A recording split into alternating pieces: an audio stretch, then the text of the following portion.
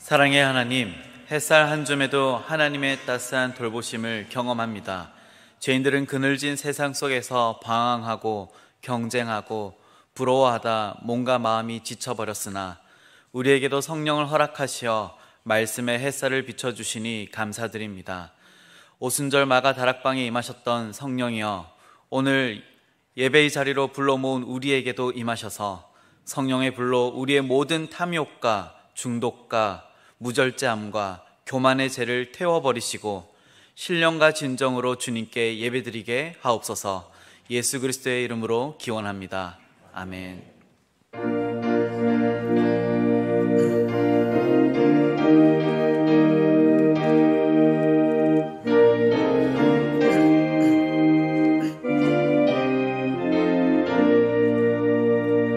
주 하나님 지으신 모든 세계 내 마음 속에 그리워볼 때 하늘의 별 울려 퍼지는 데서 주님의 권능 우주에 찬네. 주님의 높고 위대하심이 내 영혼이 찬양하네. 주님의 높고 위대하심이 내 영혼이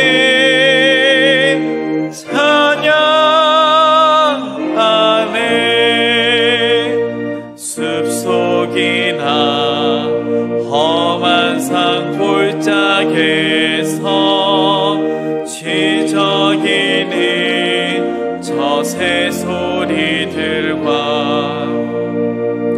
고요하게 흐르는 시냇물은 주님의 솜씨 노래하도다. 주님의 높고 위대하심이 내 영혼이 찬양하네. 주님의 높고 위대하심이 내 영혼이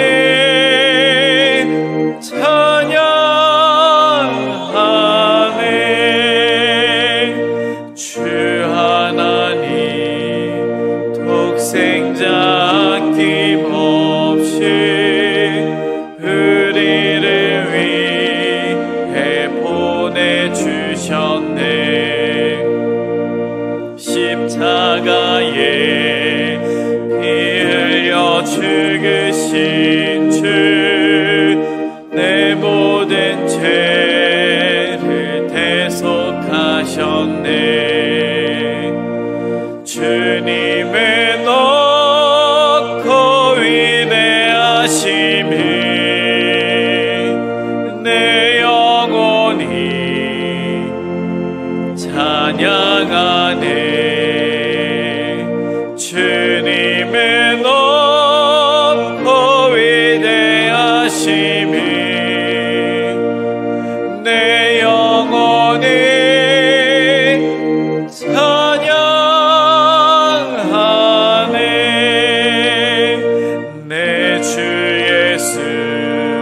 세상에 다시 올 때 저 천국으로 날 인도하리.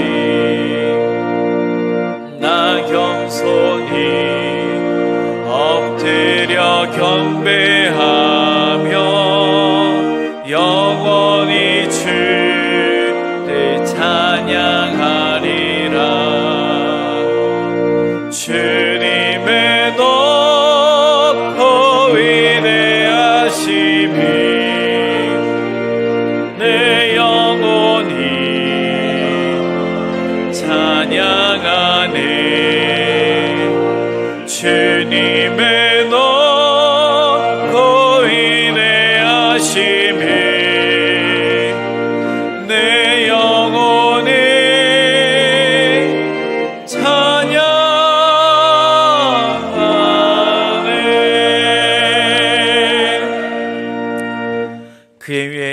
여호와의 영 곧 지혜와 총명의 영이여 모략과 재능의 영이여 오직 하나님이 성령으로 이것을 우리에게 보이셨으니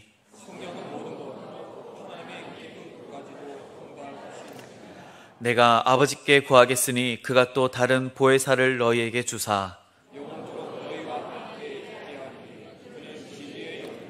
보혜사 곧 아버지께서 내 이름으로 보내실 성령 그가 너에게 모든 것을 가르치고 오직 성령이 너희에게 임하시면 너희가 권능을 받고 내 증인이 되리라.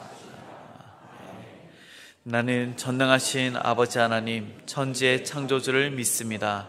나는 그의 유일하신 아들 우리 주 예수 그리스도를 믿습니다. 그는 성령으로 잉태되어 동정녀 마리아에게서 나시고 본디오 빌라도에게 고난을 받아 십자가에 못 박혀 죽으시고 장사된 지 사흘 만에 죽은 자 가운데서 다시 살아나셨으며 하늘에 오르시어 전능하신 아버지 하나님 우편에 앉아 계시다가 거기로부터 살아있는 자와 죽은 자를 심판하러 오십니다. 나는 성령을 믿으며 거룩한 공교회와 성도의 교제와 죄를 용서받는 것과 몸의 부활과 영생을 믿습니다. 아멘. 이제 자리에 앉으셔서 하나님과 여러분만이 아는 죄를 침묵 가운데 고백하시겠습니다.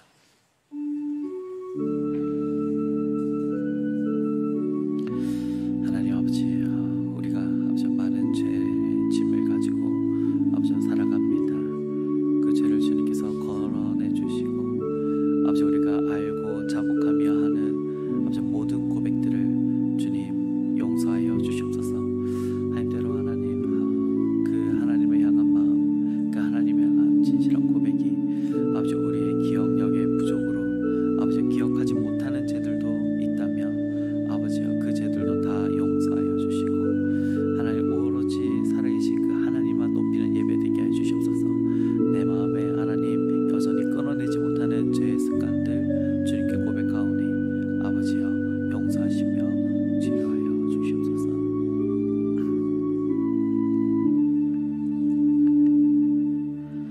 여기 참여하는 자들을 향한 하나님의 위로와 용서의 말씀이 있습니다.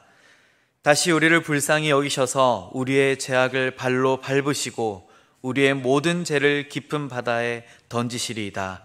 아멘.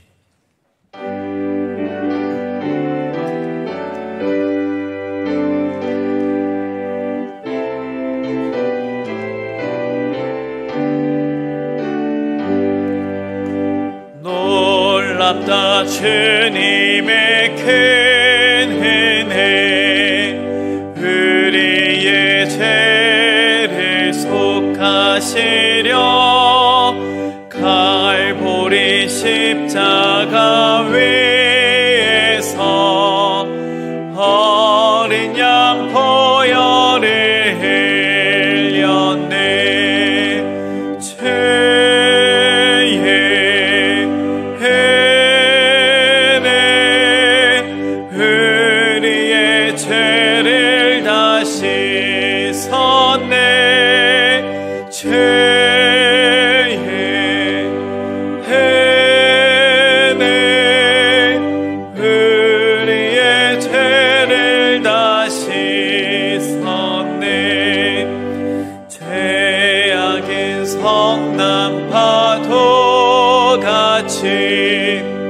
우리 영혼 위협하나 헤아릴 수 없는 죄는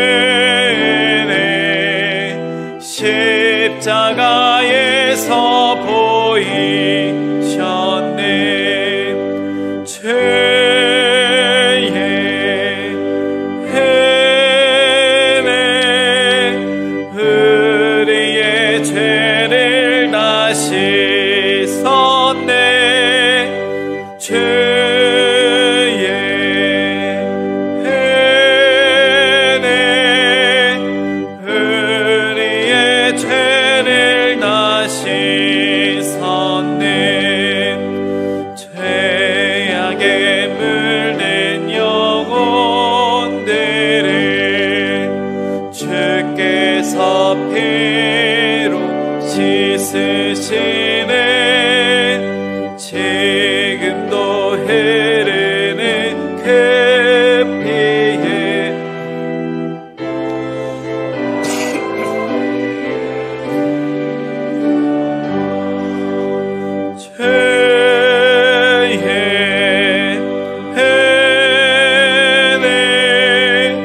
우리의 죄를 다시 섰네.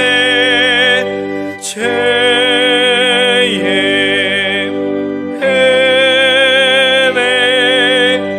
우리의 죄를 다시 섰네.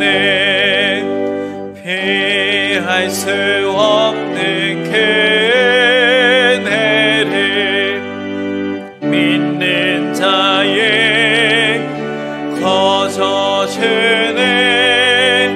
형제여 주 앞에 나와서 더 지체 말고 고파되라. 죄의 은혜 우리의 죄를 다시 섰네.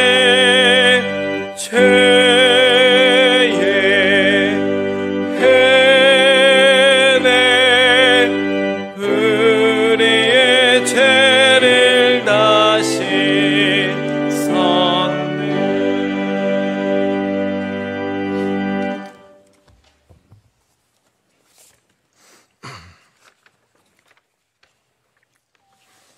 사랑이 풍성하신 하나님 아버지, 주님이 측량할 수 없는 사랑으로 지금까지 우리를 인도하신 은혜에 감사드립니다. 특별히 오늘은 성령 감림주일로 모이게 하시니 참으로 감사드립니다.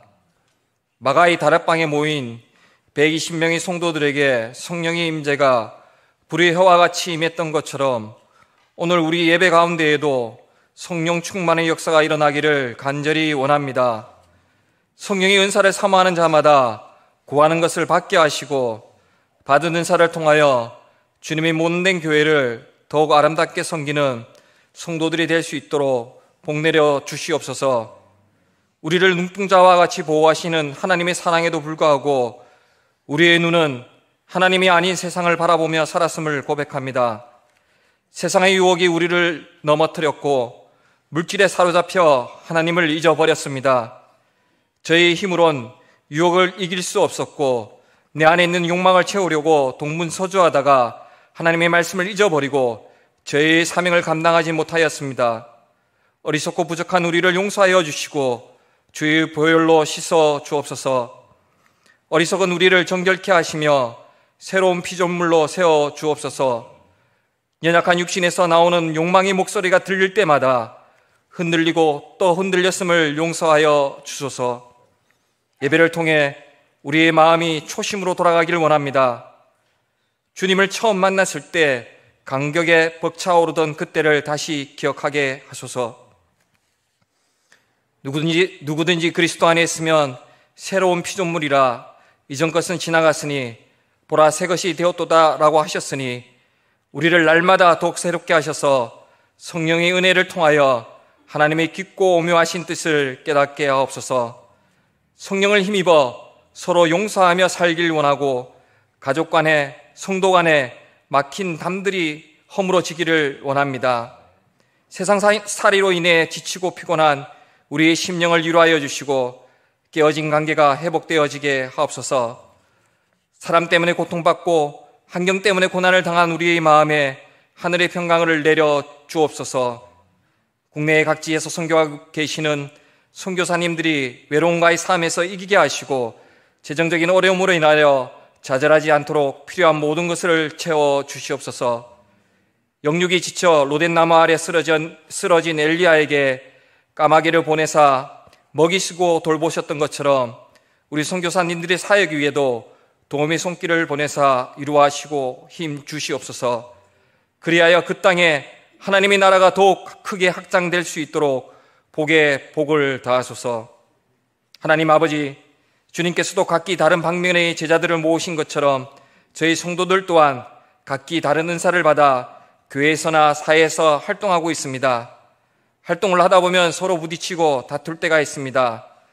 못한 부분은 깎아주시고 다름으로 인한 차이는 서로 인정하며 존중하여 주님 안에서 화합을 이루는 대연 공동체가 되게 하여 주옵소서. 주님께서 세우신 117년 된 대연교회가 이 시대 주님의 뜻이 무엇인가를 분별할 수 있는 교회가 되기를 원합니다. 오늘도 예비하신 주의 복된 말씀을 들고 단위에 서신 목사님을 기억하여 주시고 선포되는 말씀이 권세가 있으며 그 말씀이 믿어지게 하시오며 영적인 비밀을 깨달아 우리의 삶이 변화받게 하여 주시옵소서. 이번 한 주간 사랑하는 이를 떠난 가정에는 위로를, 새로운 가정을 허락하신 가정에게는 하나님의 아버지의 형통하심이 함께하여 주시길 바랍니다. 이 시간도 원치 않는 질고로 고통당하는 성도에게 모든 질병을 주님 말씀의 권세로 이기고 승리하는 기적이 일어나게 하옵소서. 모두가 합심하여 기도함으로 성령의 능력으로 병고침의 역사를 체험하는 시간 되게 하옵소서. 주일학교 교사로 차량 주차 등 값도 없이 충성하는 손길들을 기억하여 주셔서 그 섬김을 통해 하나님이 주시는 위로와 평강 속에 감사와 기쁨이 넘치는 삶을 살아가는 모두 되게 축복하여 주옵소서. 예배를 위하여 각자의 자리에서 헌신 봉사하는 손길들을 기억하시고 할렐루야 찬양단의 찬양을 흠량하여 주옵소서. 예배 가운데 성령님 임재하시어 은혜 받지 못하고 돌아가는 심령이 하나도 없게 하옵시고 이 모든 것 우리를 사랑하신 우리 주 예수 그리스도의 이름으로 기도드립니다. 아멘.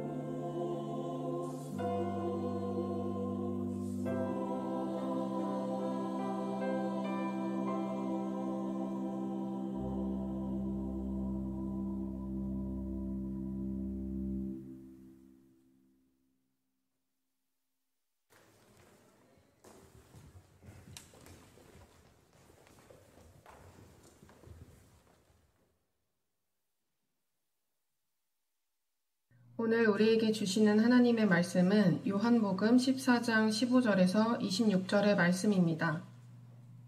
하나님의 말씀을 봉독하겠습니다. 하나님의 말씀을 경청하시기 바랍니다. 너희가 나를 사랑하면 나의 계명을 지키리라. 내가 아버지께 구하겠으니 그가 또 다른 보혜사를 너희에게 주사 영원토록 너희와 함께 있게 하리니 그는 진리의 영이라. 세상은 능히 그를 받지 못하나니 이는 그를 보지도 못하고 알지도 못함이라. 그러나 너희는 그를 아나니 그는 너희와 함께 거하심이요 또 너희 속에 계시겠음이라. 내가 너희를 고아와 같이 버려두지 아니하고 너희에게로 오리라. 조금 있으면 세상은 다시 나를 보지 못할 것이로되 너희는 나를 보리니 이는 내가 살아있고 너희도 살아있겠음이라. 그날에는 내가 아버지 안에 너희가 내 안에 내가 너희 안에 있는 것을 너희가 알리라. 나의 계명을 지키는 자라야 나를 사랑하는 자니 나를 사랑하는 자는 내 아버지께 사랑을 받을 것이요 나도 그를 사랑하여 그에게 나를 나타내리라. 가룟이 아닌 유다가 이르되 주여 어찌하여 자기를 우리에게는 나타내시고 세상에는 아니하려 하시나이까. 예수께서 대답하여 이르시되 사람이 나를 사랑하면 내 말을 지키리니 내 아버지께서 그를 사랑하실 것이요 우리가 그에게 가서 거처를 그와 함께 하리라. 나를 사랑하지 아니하는 자는 내 말을 지키지 아니하나니 너희가 듣는 말은 내 말이 아니요 나를 보내신 아버지의 말씀이니라. 내가 아직 너희와 함께 있어 이 말을 너희에게 하였거니와 보혜사 곧 아버지께서 내 이름으로 보내실 성령 그가 너희에게 모든 것을 가르치고 내가 너희에게 말한 모든 것을 생각나게 하리라. 아멘. 이것은 하나님의 말씀입니다.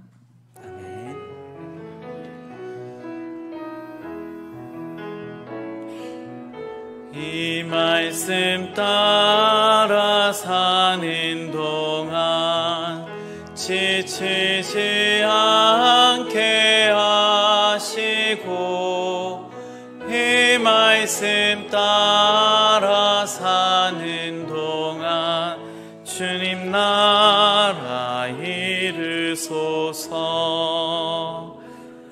이 시간 부산 장신대학교 신학학 교수님이신 왕인석 목사님께서 성령님과 동행이란 제목으로 우리에게 말씀 전해주시겠습니다. 은혜 많이 받으시기 바랍니다.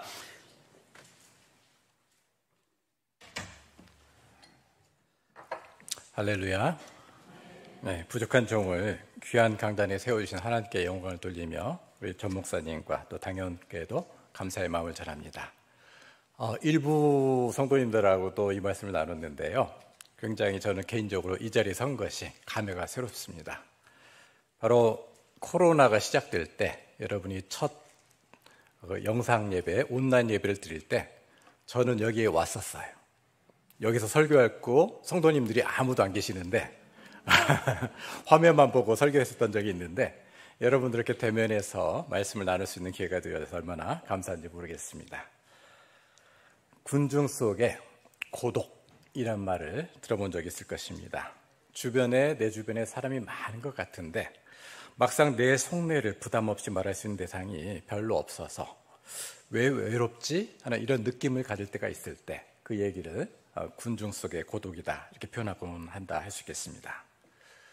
대기업을 은퇴한 어느 분의 글을 보니까 그분이 하신 말씀이 자신의 휴대폰에 사회에서 굵직굵직한 일을 감당하시는 수백 명의 사람들의 전화번호가 있는 걸 보면서 내가 은퇴 후에도 이분들과 교류를 하면은 괜찮겠다 이 생각을 했다고 합니다. 그러나 은퇴한 지 한 달, 두 달이 지나면서 처음 전화를 할 때는 이분들이 반갑게 받아주다가 두 번, 세 번 하니까 이런저런 이유로 만남이 피해지고 나중에는 전화도 받지 않는 그 일이 발생하는 걸 보면서 개인으로서는 그들에게 별로 내가 중요한 인물이 아니었구나 이런 생각을 갖고 외로움을 느꼈다고 하지요.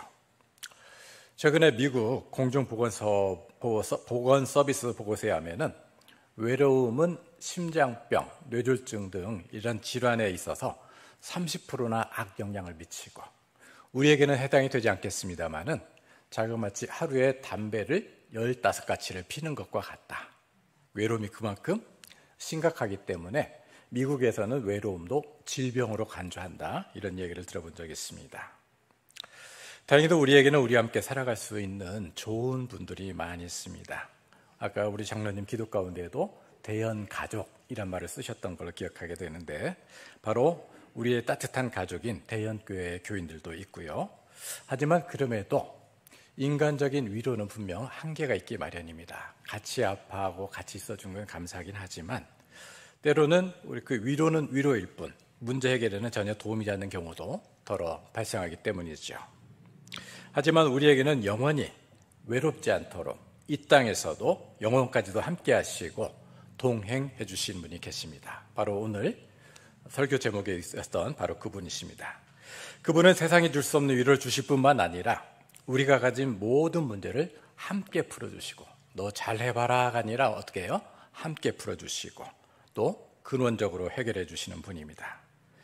이제 그분의 이야기를 시작해 볼까 합니다. 예수님과 동행하는 제자들은 이만큼 어깨가 힘이 들어가고 목이 아주 굳게 되어 있습니다.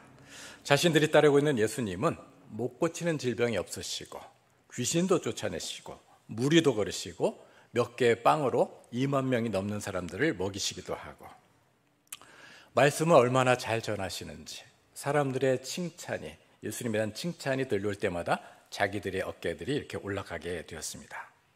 더욱이 예수님은 제자들에게도 능력을 나눠주셔서 제자들도 귀신을 내쫓고 질병을 고치는 기적을 행하게 하셨죠. 그리고 예수님은 조만간 임금이 되실 터이니 우리한테 한 자리씩 크게 나눠줄 것이고, 이제 팔자가 폈고 자기들 인생에는 꽃길만 남았다 이렇게 생각하고 있었습니다. 그때 그런 제자들에게 예수님이 청천벽력과 같은 충격적인 말씀을 하십니다. 내가 곧 예루살렘에서 죽게 될 것이고 사흘 만에 살아날 것이다. 예수님의 말씀은, 그 귀결은, 그 결론은 예수님의 부활임에도 불구하고 제자들 귀에는 살아날 것이다는 없고 뭐만 남았을까요? 내가 곧 떠날 것이다. 내가 곧 죽을 것이다. 내가 너희 곁에 없을 것이다. 이 제자들은 굉장히 황망해하며 두려움에 떨고 있습니다. 두려워하는 이 제자들에게 예수님은 위로하면서 약속하지 하시죠. 걱정 말아라. 요한복음 14장 16절 이하의 말씀입니다. 내가 너희를 고아와 같이 버려두지 아니하고 너희에게 오리라.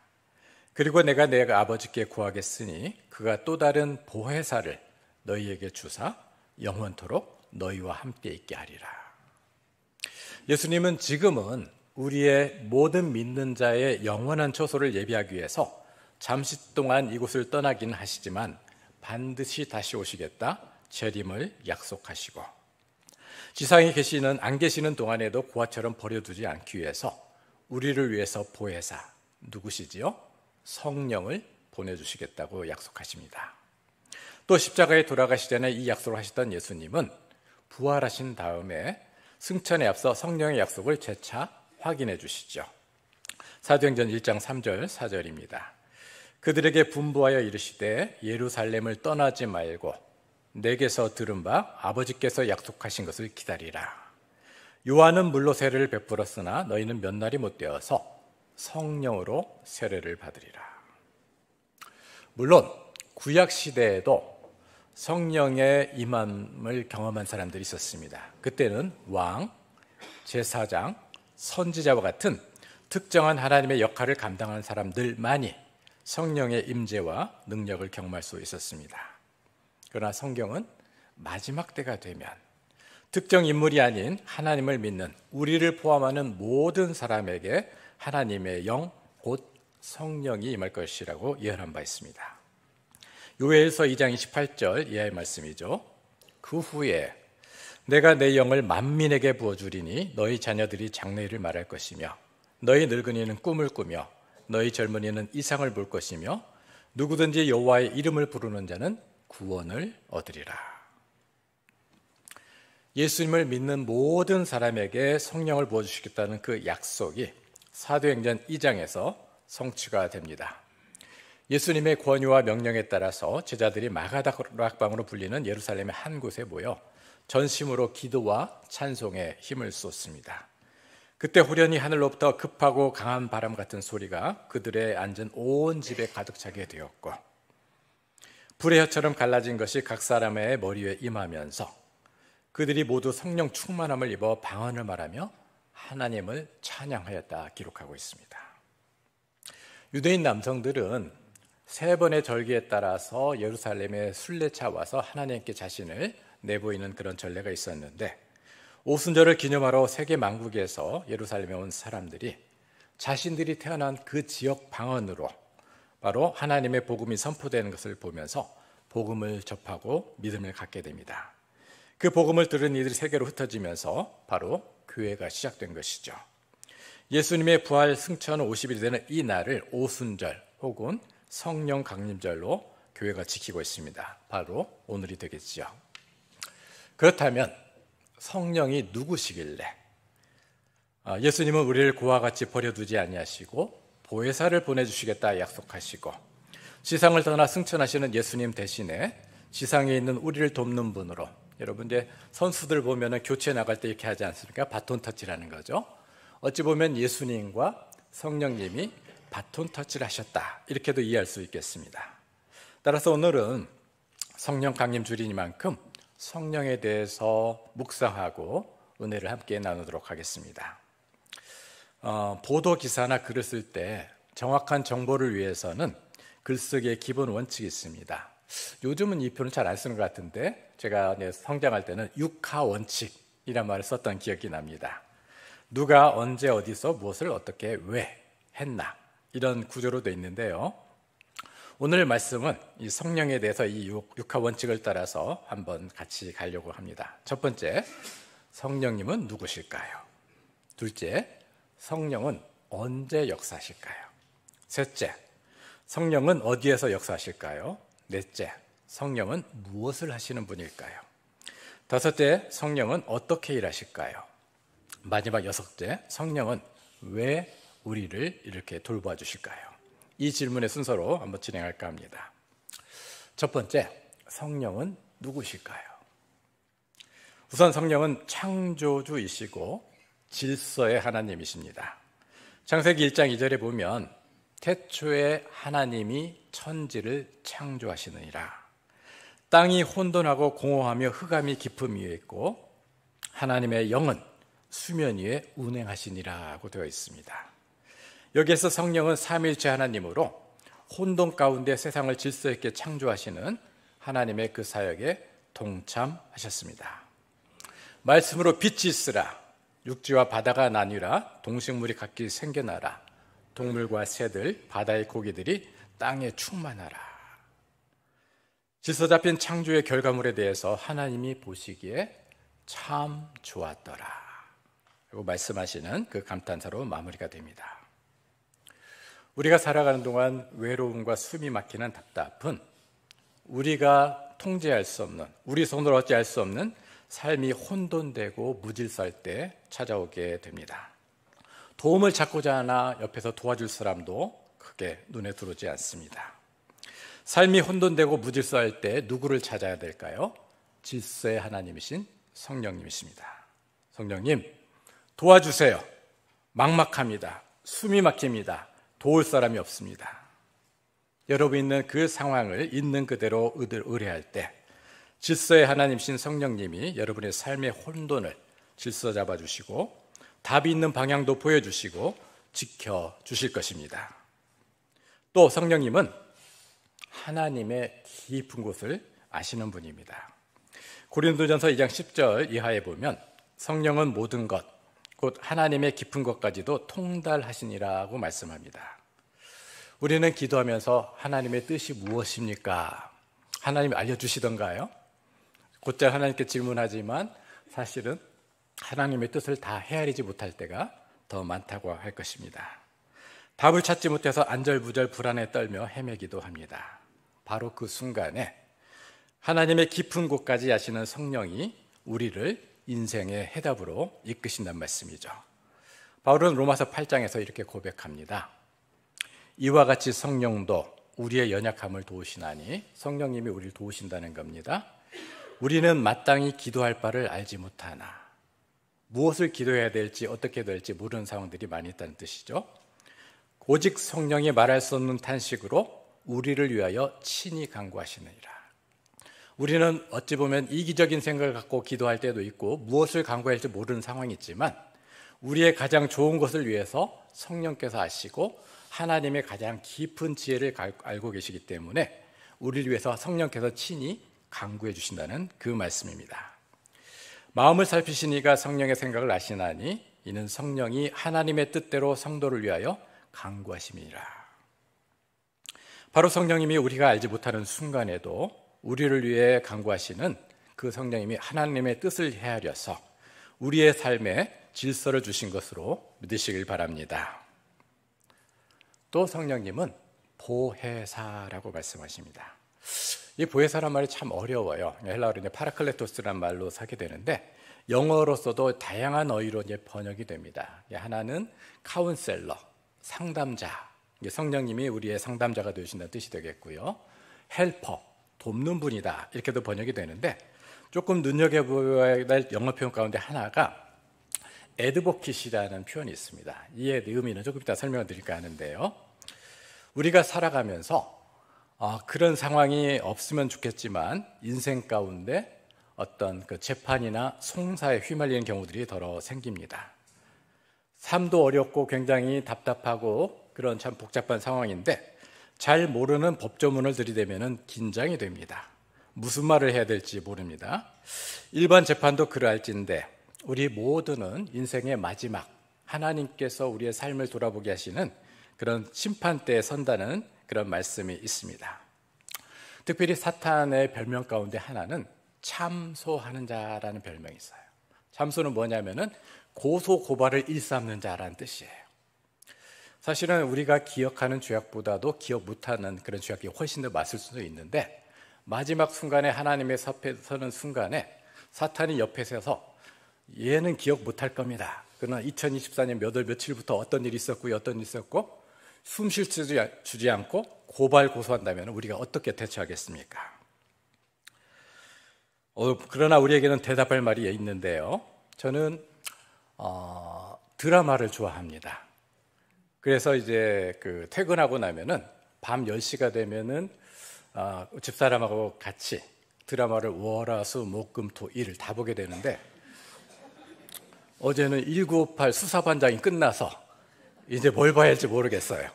어쨌든 우리 교회에서도 제가 이 말씀을 나눌 때 보면은 설교보다는 드라마 얘기에 더 은혜들을 많이 받으시던 그런 부분이 있는데 이제 그 얘기를 한번 해볼까 합니다.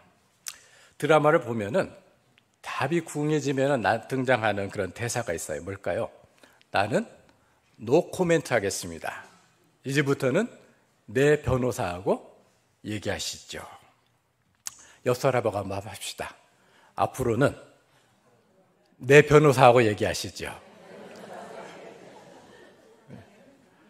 그렇다면은 여러분의 변호사는 누굴까요?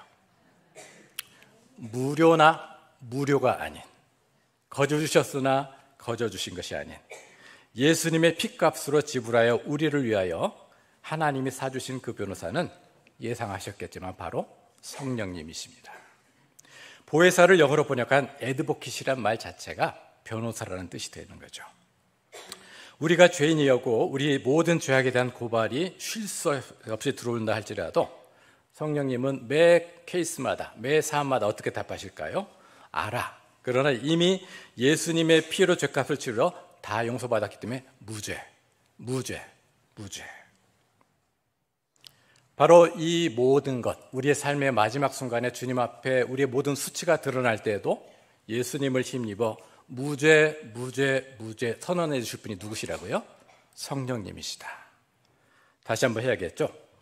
옆부분하고 다시 해야겠죠? 내 변호사는 성령님이십니다. 든든하지요. 마지막 순간에도 우리가 의지할 수 있는 분이 바로 그 성령님이시라는 부분입니다. 변호자가 되시는 성령님은 또한 우리의 상한 심령을 위로해 주시고 격려해 주십니다. 세상에 아무런 도움을 기대할 수 없을 때 보이지 않는 곳에서 격려해 주시고 자신을 드러내지 않고 돕는 그런 사람을 기다리 아저씨라고 하지 않습니까? 어찌 보면 성령님이 해주시는 역할, 우리가 살아가면서 과연 내게 성령님이 계실까 궁금하기도 하고 인지하지 못해도 쉼없이 하나님 뜻대로 구하시면서 우리의 뒤에서 든든히 기다리 역할을 해주신 분이 바로 성령님이시다, 이 말씀을 드릴 수 있겠습니다. 이처럼 보혜사 성령님이 우리를 위해서 매 순간 탄식으로 기도하시는데, 이 성령님은 언제 역사하실까요? 예수님의 별칭, 벼룩 가운데 하나는 임마누엘입니다. 여러분 잘 아신 대로 하나님이 우리와 함께 하신다, 이런 뜻을 갖고 있는데요, 말씀드린 예수님의 약속, 너희를 고아와 같이 버려두지 아니하겠다, 이 약속은 바로 성령님이 계시기 때문에 가능한 약속이 됩니다. 성령님 자체가 영원하신 분이기 때문에 우리와 동행자이시는 성령님이 영원토록 함께 하시기 때문이죠. 하지만 가끔은 하나님의 응답에 대해서 자꾸만 뒤로, 미래로만 염두에 두는 분이 있어요. 나중에 하나님이 우리를 구원하실 거야, 하나님이 우리를 천국으로 이끌어가실 것이야. 그러나 사실은 우리가 살아가는 어떤 위기의 순간을 가장 잘 증거해주는 마가복음에 있는데요, 마가복음은 순환의 책이고 위기의 책이란 말을 갖고 있어요. 거기에서 보면은 예수님이 명하신 모든 일에 곧바로 등장하는 부사가, 중요한 부사가 두 개가 있는데, 즉시로, 곧. 한번 따라할까요? 즉시로, 곧. 무슨 일일까요? 예수님이 명하시면 바로 즉시로 질병이 나았고, 예수님이 명하시면 즉시로 귀신이 나갔고, 예수님이 명하시면 모든 기적이 즉시로 나타났다, 이 표현을 마가복음이 얘기하고 있다는 사실입니다. 성경은 바로 예수님의 이 기적의 상당 부분을 성령님과 연결시켜서 설명합니다. 곧, 즉시로, 곧 나타나는 예수님의 응답에는 누가 함께 하셨다? 성령이 함께 하신다. 그러면 우리가 그분 하나님께 구하는 시간, 바로 성령님이 역사하는 시간은 우리의 모든 현 상황을 있는 그대로 아뢰는 바로 그 순간에 즉시로 성령님이 일하신다, 이렇게 말씀드릴 수 있다는 거죠. 이처럼 성령님은 우리의 위로자, 돕는 자가 되시며 마지막 날에 절대 변호자가 되어주십니다. 더 나아가서 기다리 아저씨라고 말씀드렸었죠. 그렇다면 성령님은 어디에서 역사하실까요? 여러분에게 가장 가까운 분이 누가 있을까요? 최근에 학교에서 여러 교수님들하고 얘기 나누다가 남자들이 참 서글프다, 어찌 보면은 부부가 굉장히 가까울 것 같았는데 동창회를 다녀왔던 사모님이 굉장히 침울해하면서 돌아왔길래 그 남편 되는 분이 물었다고 하죠. 무슨 일이 있었어? 아니면 명품이 부족해? 여러 가지 이유를 물었는데 이유가 뭐였을까요? 나만 남편이 있어. 참 안타깝지만 이런 얘기를 해가지고 아직 이해가 안 되신 분은 집에 가서 한번 묵상해 보시기 바랍니다. 어쨌든 가장 가깝다 여기는 분들도 시시때때로 여러 정황으로 해서 멀어지기는 그런 아픔도 있는데, 성령님은 어디 계실까요? 또 질문을 바꿔볼게요. 여러분 안에 성령님이 내주하신다는 증거는 뭐가 있습니까? 방언을 말해야 될까요? 능력을 행해야 될까요? 많은 분들이 성령 하면은 특별한 은사나 능력을 통해서만 확인하려는 부분이 있는데, 성경은 그렇게 말씀하지 않습니다. 고린도전서 12장 3절에 보면은 누구든지 성령이 아니고서는 예수를 주시라 할 수 없다. 여러분이 주 예수 그리스도를 주님으로 고백하는 그 일은 우리의 능력이나 우리의 견해가 아니라 우리 안에 누가 내주하시기 때문에, 성령이 내주하시기 때문에 여러분 안에는 이미 성령이 함께 계신다는 겁니다. 그래서 특별히 고린도전서에 보면은 우리 몸이 성령이 거하시는 하나님의 성전인 걸 알지 못하느냐. 그러니까 누구와 친하다는 것은 벌써 나와 다른 사람이 전제가 되지만 성령은 어디 계세요? 우리 안에 계시는 거예요. 우리 안에. 그렇기 때문에 우리와 가장 가까울 수 있는 그런 분이시다는 말씀이죠. 그래서 우리 안에 내주하신 성령은 우리의 생각과 마음을 살피시고 때때로는 꾸짖음을 통해 질책도 하시면서 깨우쳐서 생명을 주시는 분입니다. 때문에 성령은 이 세상 어느 누구보다도 우리와 가장 가까운 데 계신다, 이렇게 말씀할 수 있는데요, 제가 개인적으로 좋아하는 구약 말씀이 있습니다. 시편 139편에 보면 내가 주의 영을 떠나, 주의 성령을 떠나 어디로 가며 주의 앞에서 어디로 피하리까? 내가 하늘에 올라갈지라도 하늘에 가도 거기 계시고, 수월, 우리가 떨어질 수 있는 인상의 가장 낮은 나락, 정말 소환할 수 없는 어떤 그런 곳에 있다 할지라도 그곳에도 거기 계시나이다. 내가 새벽 날개를 치며 바다 끝에 가서 거주할지라도 거기서도 주의 손이 나를 인도하시며 주의 오른손이 나를 붙드시나이다. 인생 가운데 어려움을 겪을 때마다 이곳엔 나밖에 없다는 그곳에서도 누가 계시고 성령이 계시고 우리를 인도하시고 우리를 붙들어 주신다. 이 약속의 말씀이죠. 저와 여러분은 어떤 순간에도 어떤 공간에도 결단코 혼자이지 않습니다. 성령이 지금도 영원히 함께 하십니다. 넷째로 성령은 어떻게 사역하실까요? 성령의 실체를 눈으로 표현하기는 참 어려워요. 그래서 요한복음 3장에 보면은 성령의 임재는 분명한데 어떻게 사역하실까 이렇게 생각할 때 바람으로 묘사합니다. 그 바람은 어디서 어디로 부는지 잘 모르나 분명히 바람이 존재하는 것처럼 말입니다. 그런데 성경은 곧잘 이 성령의 역사에 대해서 강력한 바람으로 묘사하는 그런 우리를 도우심의 손길에서 기록하고 있는데요. 몇 군데 사례를 살펴보도록 하겠습니다. 노아의 홍수가 있었지 않습니까? 40주야 하늘에 구멍이 난 것처럼 큰 비가 내려서 무수한 만 날 동안 세상에 비가 가득 차서 호흡하는 생물은 도저히 살 수 없는 그런 상황이 되고 말았습니다. 이 얘기는 노아의 그 가족들에게도 동일하게 적용될 수 있는 상황이었기 때문에 하나님은 이 노아의 가족들이 새롭게 삶을 살아갈 수 있도록 새로운 세상을 열어주셔야 됐습니다. 근데 뭐가 걸려요? 물이 너무 가득 찼다는 겁니다. 그다음에 하나님께서는 새로운 땅과 마른 땅이 나타나도록 이 물을 어떻게 처치하셨을까요?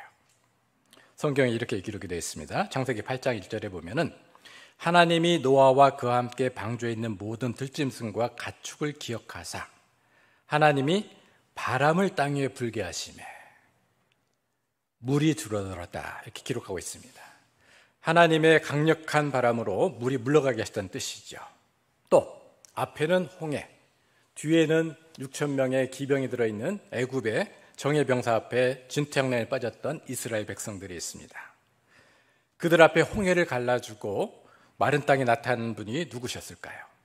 출애굽기 14장 21절에 보면은 모세가 바다 위로 손을 내밀매 여호와께서 큰 동풍이 밤새도록 바닷물을 물러가게 하시니 물이 갈라져 바다가 마른 땅이 된지라. 바로 하나님이 보내신 바람이었습니다. 물론 그 바람이 성령이었다는 뜻은 아니에요. 그러나 성령의 바람이 불게 되었을 때 어떤 일이 벌어질 수 있는가를 우리에게 가능케 해주는 귀한 사례들이 알 수 있겠습니다. 이처럼 강력한 바람으로 묘사되는 성령의 능력은 우리의 삶 가운데서 진퇴양난이 있을 때마다 우리가 걸어갈 수 있는 든지 설 수 있는 마른 땅으로 인도할 수 있는 그 바람이 누구의 바람이라고요? 성령의 바람이시다 이 말씀인 겁니다. 우리의 삶의 세파에 젖어 움짝달싹 아무것도 할 수 없는 상황에도 강력한 성령의 바람을 불게 하셔서 마른 땅을 만들어주시고 새롭게 시작할 수 있는 환경을 허락하시는 분이 바로 성령님이시다는 뜻이죠. 그렇다면 이 성령님은 무엇을 하실까요? 성령님이 궁극적으로 해주신 일은 수많은 일이 있지만 우리가 삶이 길어질수록 소망하는 바로 부활과 관련이 있습니다.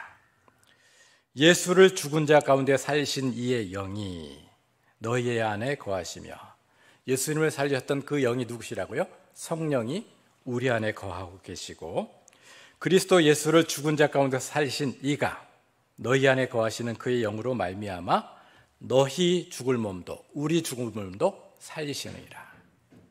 어떤 말씀일까요? 예수님을 부활케 하신 성령께서 주께서 재림하실 때 주님이 우리 생전에 오실 수도 있고 한참 뒤에 오실 수도 있지만 우리가 주 안에서 자게 되었을 때 주님이 재림하시면은 흔들어 깨워주실 분이 누구라고요? 웨이크업, 일어나, 예수님 맞아야지. 이걸 역할을 누가 해주신다고요? 바로 성령이 하신다 그 말씀입니다.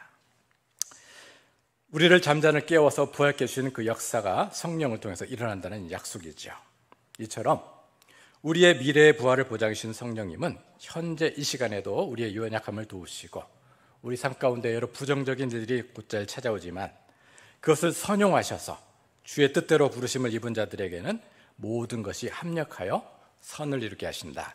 로마서 8장은 기록하고 있습니다. 마지막으로 하나님은 왜 우리에게 성령을 통해서 이 엄청난 일을 하고 계실까요? 우리는 바로 하나님의 자녀이자 양떼이기 때문입니다. 요한복음에 보면은 선한 목자는 자기 양떼를 목숨을 걸고 지킨다, 포기치 않는다 말씀하시죠.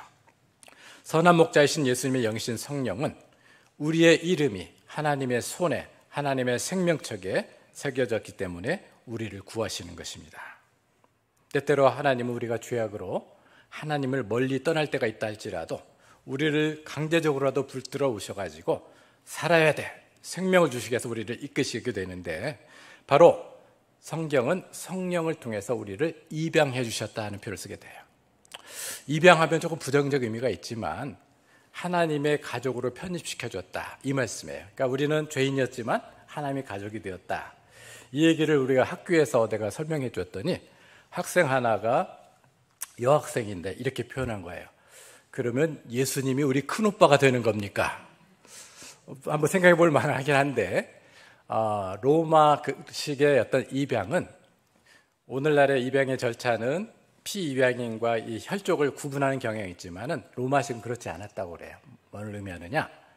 입양으로 들어왔다 할지라도 친자와 동일한 권세를 가졌다, 이렇게 말씀드릴 수 있어요. 그러니까 우리가 하나님의 자녀가 되는 순간 예수님과 동일할 수 없지만 하나님의 친자녀가 되었다, 그 말씀입니다. 때문에 예수님이 목숨을 걸고 그 양떼를 지키시듯이 하나님은 그 어떤 순간 우리를 절대로 포기치 않으신다, 그 약속이 같이 따라옵니다. 때문에 우리는 죄악으로 하나님 멀리 떠났다 할지라도 하나님이 우리를 불러주셔서 하나님을 아바, 아버지로 부르게 하시고 다시는 사라지거나 무효화되지 않은 영원한 자녀의 신분으로 우리를 새겨주셨다, 그 말씀입니다. 이 설교를 시작하면서 외로움의 주제로 말씀을 드렸던 기억이 납니다. 성령님은 우리의 외로움을 치유해 주시지만 또한 우리가 또한 다른 사람의 외로움을 치유해 줄 의무가 있다, 이렇게 말씀하시는 거죠. 성령 충만하면 많은 사람들이 능력과 은사에 치중하지만 그게 다가 아니다, 그 말씀을 드렸어요. 사도행전에 보면은 바로 오순절 성령 충만 사건 다음에 그 장이 아주 의미심장합니다. 바로 베드로와 야고보와 요한이 성령에 충만해서 평소의 습관대로 성전에 올라가서 기도하고 예배로 올라갑니다. 그때 성전 미문에 앉아있는 한 사람이 눈에 들어옵니다. 누구였을까요? 나면서 걷지 못했던 구걸하는 그런 사람이었습니다. 한 가지 우리가 의문을 갖고 질문할 수 있는 것은 베드로와 야고보와 요한이 그 거린을 그날 처음 봤을까요? 아니면은 수백 번, 수천 번도 더 봤을까요? 많이 봤을 거라는 겁니다. 왜냐하면 그는 나면서부터 계속 그곳에 있었기 때문에 바로 그 성전을 드나들었던 그 매 순간마다 베드로와 야고보, 요한은 그 사람을 보았겠지만 그 당시는 눈이 가려졌으나 이제는 성령 충만하니까 그 사람이 보였다는 거죠. 우리가 성령을 통해서 성령의 임재를 기대하고 사모하고 성령 충만하기를 소원할 때는 아울러서 겸해서 기도할 내용이 있다는 것을 이 사도행전 3장이 말씀하시는 겁니다. 성령님, 저 안에 임재해 주시고 동행하여 주시되 그동안에는 보지 못했던 내가 도울 자를 보게 하셔서 그를 기꺼이 섬기게 해 주시옵소서. 바로 베드로가 한 것처럼요, 우리가 은과 금은 없을지라도 나사렛 예수의 이름을 명하니 일어나 걸으라. 우리는 얼마든지 세워주는 역할을 감당할 수 있다는 겁니다. 성령을 따라 행하면 과거 못 보던, 보지 못했던 다른 사람의 아픔과 어려움이 눈에 들어오게 됩니다. 성령은 우리의 변호사요, 도움을 주는 기다리 아저씨 역할을 하지만 우리 역시도 성령 충만을 간구하면서 또 이어져야 할 기도가, 하나님, 우리가 가진 것은 없으나 우리 눈에 도울 자를 보게 하소서. 그러니까 내가 도울 수 있는 것으로 돕게 하소서 하는 자세가 필요하다는 말씀입니다. 그 믿음으로 성령께 화답하는 이에게 성령님은 우리의 삶이 혼란에 빠질 때 질서를 잡아주시고 우리가 이기기 어려운 문제가 있을 때는 그 풍랑을 성령의 강력한 바람으로 말려주시고 마른 땅에 나타나게 하시며 우리가 강건히 살아가도록 도우시며 변호자여 기다리 아저씨처럼 알게 모르게 도우는 도움으로 함께 하실 것입니다. 이러한 성령의 도우심, 우리의 든든한 기다리 아저씨요, 후원자요, 헬퍼요, 상담자요, 또 변호사가 되시는 이 성령의 도우심을 날마다 경험하시는 우리 대형교회 성도님 되시길 주님의 이름으로 축원드립니다. 기도하시겠습니다. 주님, 우리로 성령 충만케 하옵소서. 기쁜 마음으로 하나님의 깊은 곳을 아시는 성령께 순종케 하옵소서. 인생의 모든 문제의 근원을 강력한 바람으로 말려주시고 새롭게 나아가도록 길을 열어주시는 성령님을 온전히 의탁하게 하옵소서. 예수님의 이름으로 기도하옵나이다. 아멘.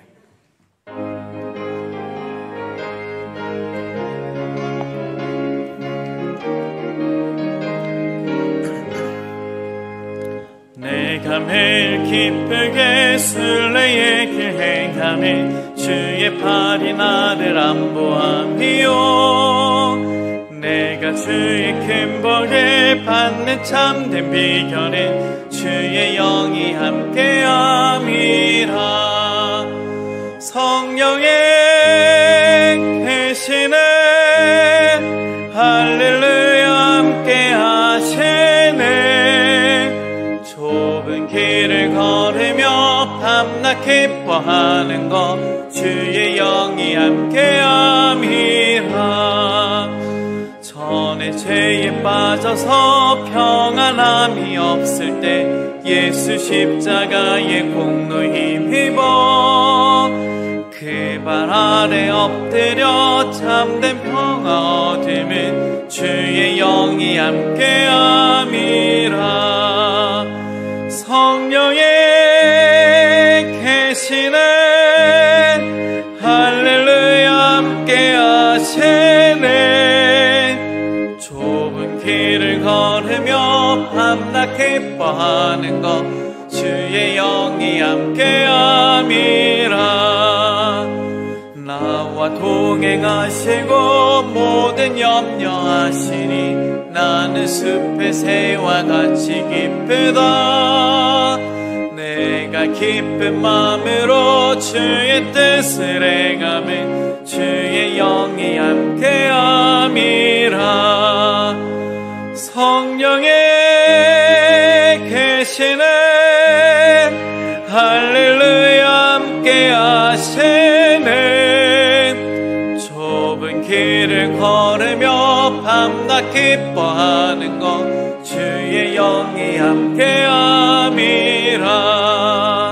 세상 모든 욕망과 나의 모든 정욕은 십자가에 이미 못을 박았네. 어두운 밤이 지나고 무거운 짐 벗으니 주의 영이 함께함이라. 성령의 계시네 할렐루야 함께하시네. 좁은 길을 걸으며 밤낮 기뻐하는 것 주의 영이 함께함이라.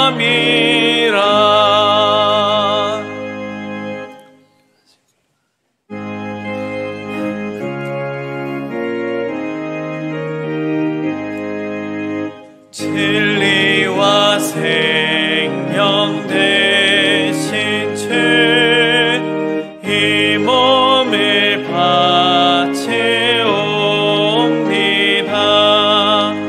믿음과 소망 사랑에 한마음 되게 하소서.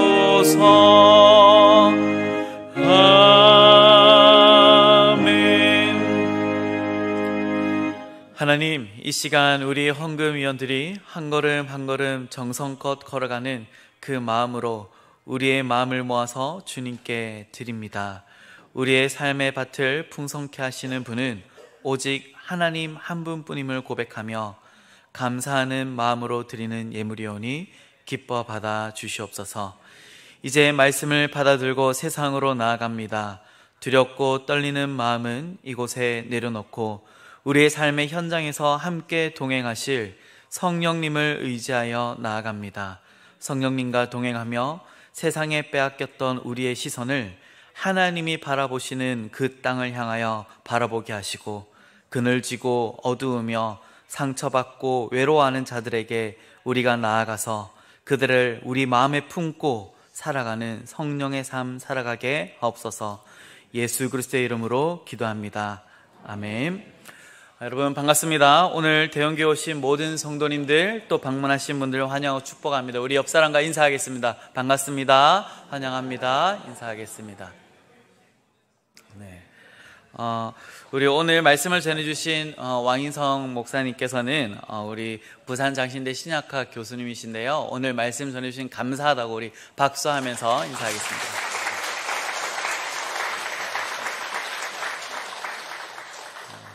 제가 오늘 많이 긴장이 됩니다. 제가 수업을 들었던 교수님 앞에서 또 이렇게 사회를 보려고 하니까 긴장이 되고, 다름이 아니라 제가 학교 다닐 때 몹시 모범적이지 못한 학생이었기 때문에 더 떨리고 두렵습니다. 그런데 제가 너무 좋아하는 교수님이시고 또 우리 학생들을 많이 사랑해 주셨던 교수님이십니다. 우리 교수님을 위해서도 앞으로 기억하시고 기도해 주시고요. 정말 교수님께서 말씀도 하셨지만 코로나로 인해서 교회가 처음 문을 닫았던 그 주였어요. 그때 말씀을 전하러 오셨는데 성도님들 아무도 못 오셨고 정말 비어있는 이 성전에서 설교를 해야 해서 제가 너무 죄송스러운 마음으로 교수님 괜찮으실까요? 이렇게 했는데 교수님 당연히 괜찮다고 하시면서 말씀을 전해주셨습니다. 우리 그런 빚이 있으니까 우리 교수님 위해서 기도 많이 해주시고 또 우리 부산 장신대 위해서도 기도 계속 해주시면 감사하겠습니다. 교회 광고를 드리기 전에 오늘 중요한 손님이 왔습니다. 아주 제가 기다리던 손님인데 우리 황지온 어린인데요. 앞으로 나와주시기 바랍니다. 네. 우리 지온이는 우리 황소년 긴소의 청년의 첫째 아이입니다. 네. 우리 1월 12일에 태어나가지고 네. 교회 못 오고 있다가 네. 하게 되는데 우리 엄마 아빠가 아기 안고 여기 위로 잠깐 올라오시겠어요? 네, 위로 올라오시면 됩니다. 이쪽으로. 네. 네. 제가 지금 교수님 앞이랑 너무 긴장되는 관계로 네, 제가 안을 수는 없을 것 같고 네, 앞으로 한번 네, 우리 지온이 네, 카메라로 한번 비춰주세요. 네, 지온입니다. 네, 더 가까이 실물이 너무 좋은데 카메라 더 가까이 한번 보여주시겠어요? 네. 우리 지온입니다. 우리 교회 청년이었고 또 이제 계속 결혼하고 교회 나오다가 아이가 태어나서 몇 주가 못 나왔었습니다. 우리 지온이 잘 왔다고 우리 박수하겠습니다. 네. 제가 지온이 위해서 함께 기도하겠습니다. 우리 함께 기도하겠습니다. 하나님, 사랑스럽고 귀한 아들 우리 지온이를 예배로 이끌어 주셔서 감사합니다. 지온이의 몸과 마음의 키가 건강하게 자라고 지혜가 자라날 때마다 예수님의 상냥함을 닮은 사랑스러운 아이로 성장하게 하옵소서. 하나님을 경외하는 것이 지혜의 근본임을 알고 세상적인 지식을 따르지 않고 하나님의 지혜를 따라 살아가는 지온이가 되게 하옵소서. 예수님의 마음을 닮아 친구를 포용할 줄 아는 마음 따뜻한 아이로 성장시켜 주시고 다른 사람에게 상처를 주거나 또 상처를 받지 않게 하시고 혹 상처를 받을 때에는 하나님 안에서 건강하게 회복하게 하여 주옵소서. 지온이를 향한 하나님의 꿈이 우리 지온의 모든 삶을 통해서 아름답게 열매 맺기 원합니다. 이 가정의 주인 되시는 예수님의 이름으로 기도합니다. 아멘. 지온이 교회 오는 그 발걸음으로 우리 하나님께 늘 나아가라고 우리 신발 선물을 드리겠습니다. 네.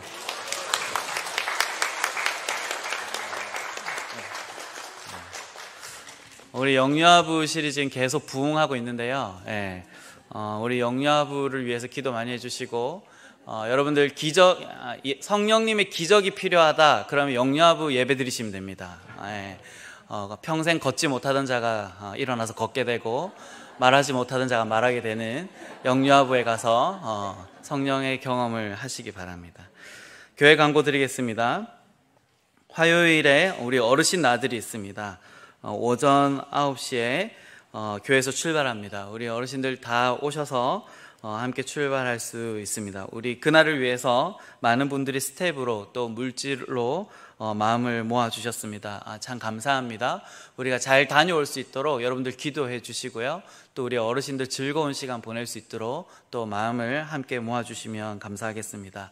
5월은 가정의 달이라서 우리 교회에서 가정의 달 행사가 여러 가지 진행되고 있습니다. 가정예배 캠페인 통해서 가정의 예배를 드리고 있고, 또 이 가정예배 드린 모습 인증샷 찍어서 보내주시면 선물도 드리고 있습니다.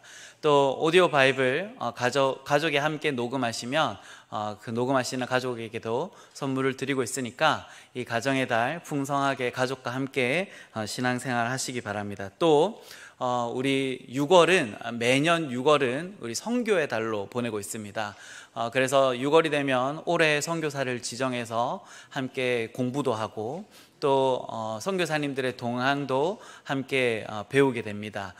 그런데 이번에 특별히 우리 선교의 달에는 또 선교의 현장을 체험하는 마음으로 전도대원을 모집하고 있습니다. 우리 인근의 아파트가 입주를 시작하면서 입주 전도를 하게 될 텐데요. 우리 전도위원회에서 함께 전도할 대원들을 기다리고 있습니다. 함께 하고자 하시는 분은 저에게 말씀해 주시거나 사무실에 가셔서 전도하기 원하신다고 말씀해 주시면 헌신할 수 있는 기회가 있습니다.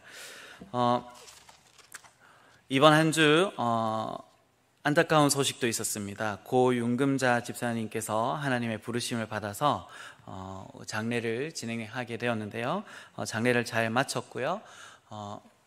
이 장례 가운데 또 하나님께서 가족에게 위로를 해주셨을 거라 믿습니다. 오늘 유가족분들이 함께 참석해 주셨는데 우리 잠깐 자리에서 일어나 주실 수 있으십니까? 네, 우리 함께 참석해 주셨는데 우리 감사합니다. 우리 유가족을 위해서 지금 잠깐 기도하겠습니다. 사랑이 많으신 하나님, 하나님께서 우리를 붙잡아 주시고 또 하나님께서 우리를 위로해 주시고 또 하나님께서 우리에게 새 힘 주시는 줄 믿습니다.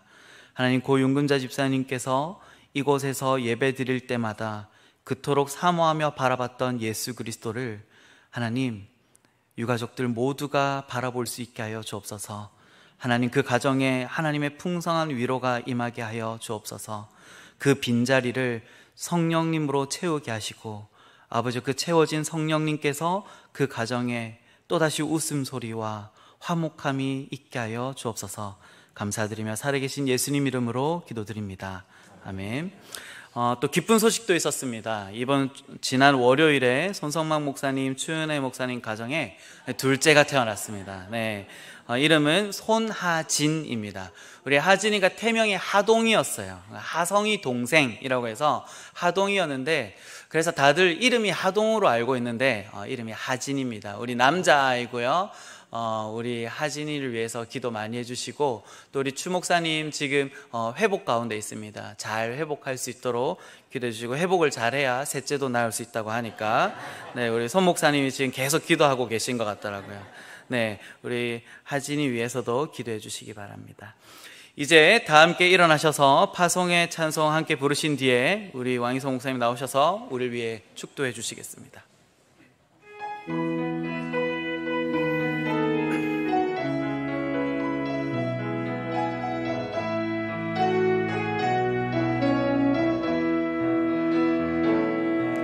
그 선한 힘에 고요히 감사하여 그 놀라운 평화를 누리며 나 그대들과 함께 걸어가네. 나 그대들과 희망을 여네. 지나간 아픔과 고통의 날이 무겁게 내 영혼 짓눌러도 오 주여 우릴 외면치 마시고 약속된 그 원을 이루소서. 그 선한 힘이 우릴 감싸시니 믿음으로 일어나를 기다리네.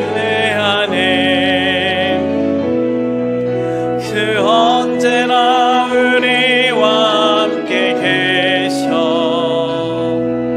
하루 또 하루가 늘 새로워. 이제는 우리 주 예수 그리스도의 은혜와 아버지 하나님의 무한하신 사랑하심과 성령님의 감동 감화 인도하시는 역사가 성령을 소멸치 않고 성령 충만하여 우리의 삶에 질서를 주시고 하나님의 기쁜 뜻에 기쁨으로 순종케 하시며 모든 것이 합력하여 선을 이루는 은혜를 입고 다른 이의 외로움을 돌아보게 하는 믿음의 눈이 열리기를 소망하는 모든 대연교회 믿음의 권속들 위해 지금부터 영원까지 항상 함께 없시기를 간절히 축원하옵나이다.